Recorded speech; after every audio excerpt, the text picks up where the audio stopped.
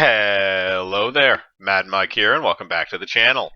And today we're going to be doing another episode of Will It Fail, and this one is going to be for Birds of Prey, starring Margot Robbie returning as Harley Quinn, her character from Suicide Squad, also starring Mary Elizabeth Winstead, Junie Smollett-Bell, Rosie Perez, and Chris Messina, and Ewan McGregor. I almost forgot Ewan McGregor. He's actually probably the only redeemable part this movie is probably going to have. So we're going to go through the normal structure of doing this because we do have somewhat accurate budget numbers on this so far. And we'll start off by examining the director of the film. Now, the director is a woman named Cathy Yan, and kind of looking at her filmography and her film history from what she's done previously. And Cathy Yan's filmography up to this point is very, very minimal. Now, she's only had 5 directing roles previously. 3 of them were short films. The only full-length film is another movie called Dead Pigs that is supposedly that is about pigs floating down the Yangtze River towards this town. I looked up the synopsis very briefly just to kind of see what it was about.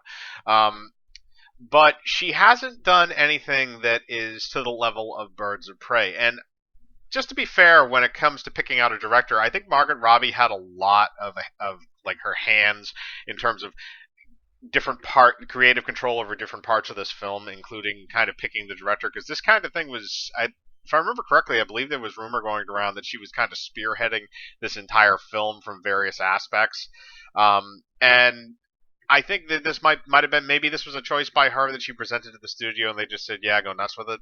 But she doesn't have too much of a filmography, so there's really nothing to judge in terms of, good or bad necessarily, or at least there's a very short track list of it. It is fair to note that Birds of Prey is the only film out of her directed films that she has not actually written herself.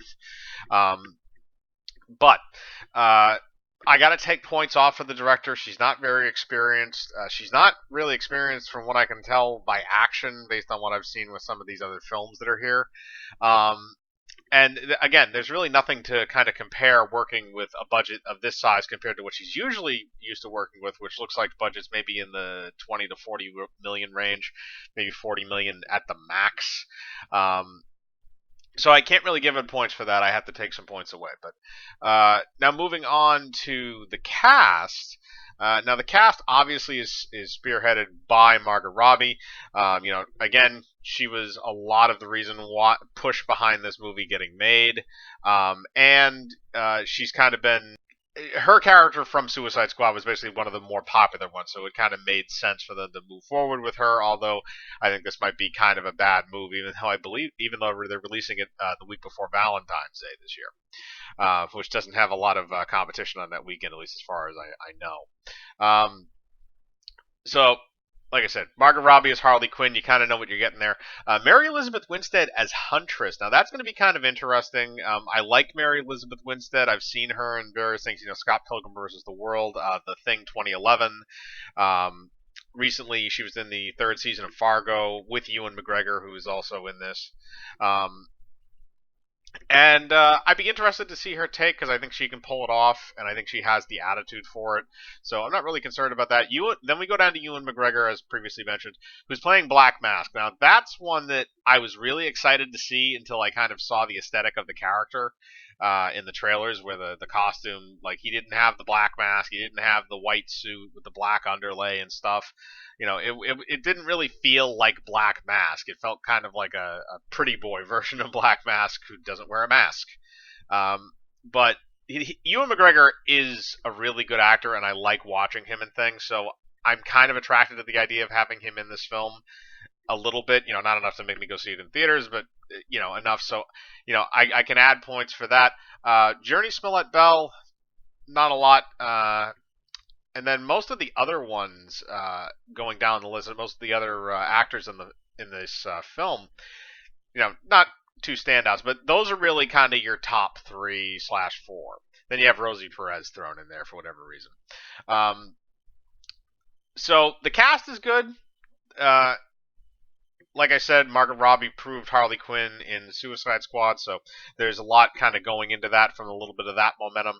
And then to add Mary Elizabeth Winstead and Ewan McGregor, who work well together, and I believe they had an affair together. I can't remember, but to have both of them in this movie is a plus. So I can add points for the cast. Like I said, took some away for the director. And now going down to the media and stuff leading up to this film.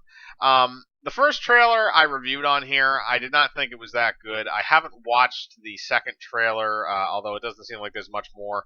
I did see some of the teasers, though, the earlier teasers, which did show some things. The trailer doesn't give away too much of the plot. It doesn't give away why Black Mask it gives kind of away why Black Mask wants them dead. But really, they don't go into too much depth. Again, we already know Harley Quinn, so if they go a little bit more into her, that's fine. They did dump Jared Leto's Joker, which I gotta give them a little bit of credit for.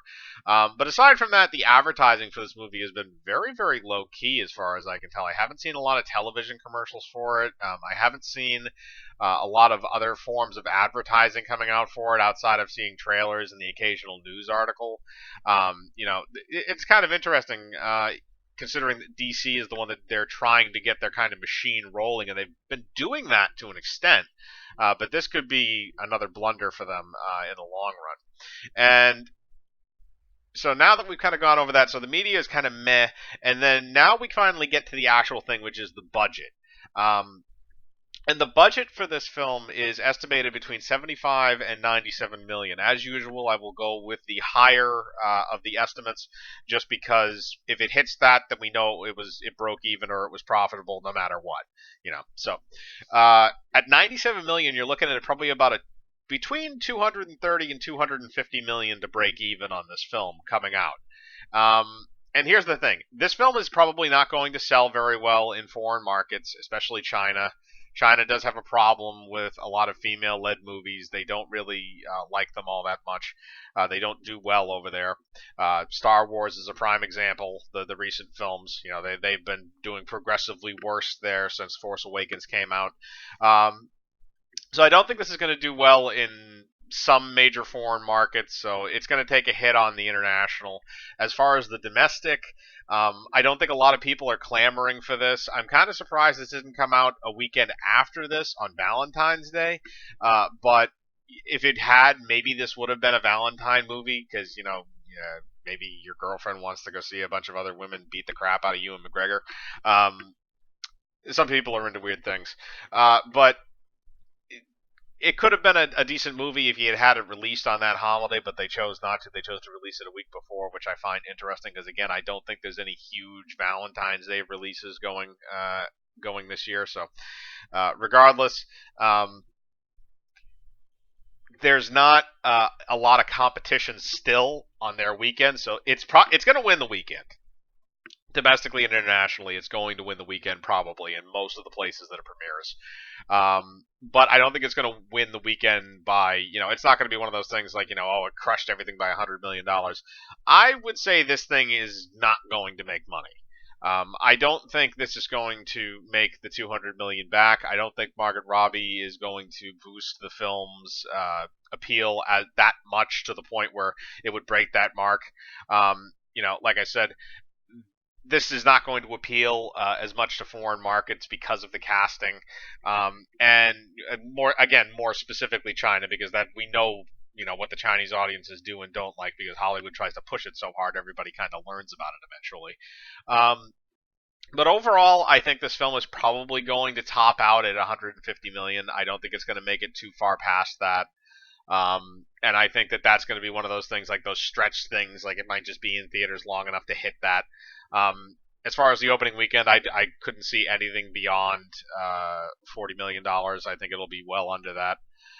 But, that's what I think. And I think it's mainly because of the international unappeal and because of the lack of advertising on the film. And probably because the film does not appear to be that good in terms of quality for the most part, or accuracy to the comic books or anything else they've tried to establish. But that's my guess, is it's going to top out at about 150 million. So we'll see how that goes.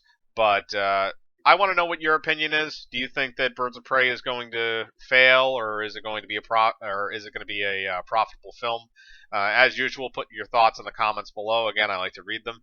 Hit the bell for notifications, hit the like button, subscribe, and remember, I live my life free of compromise. Do you?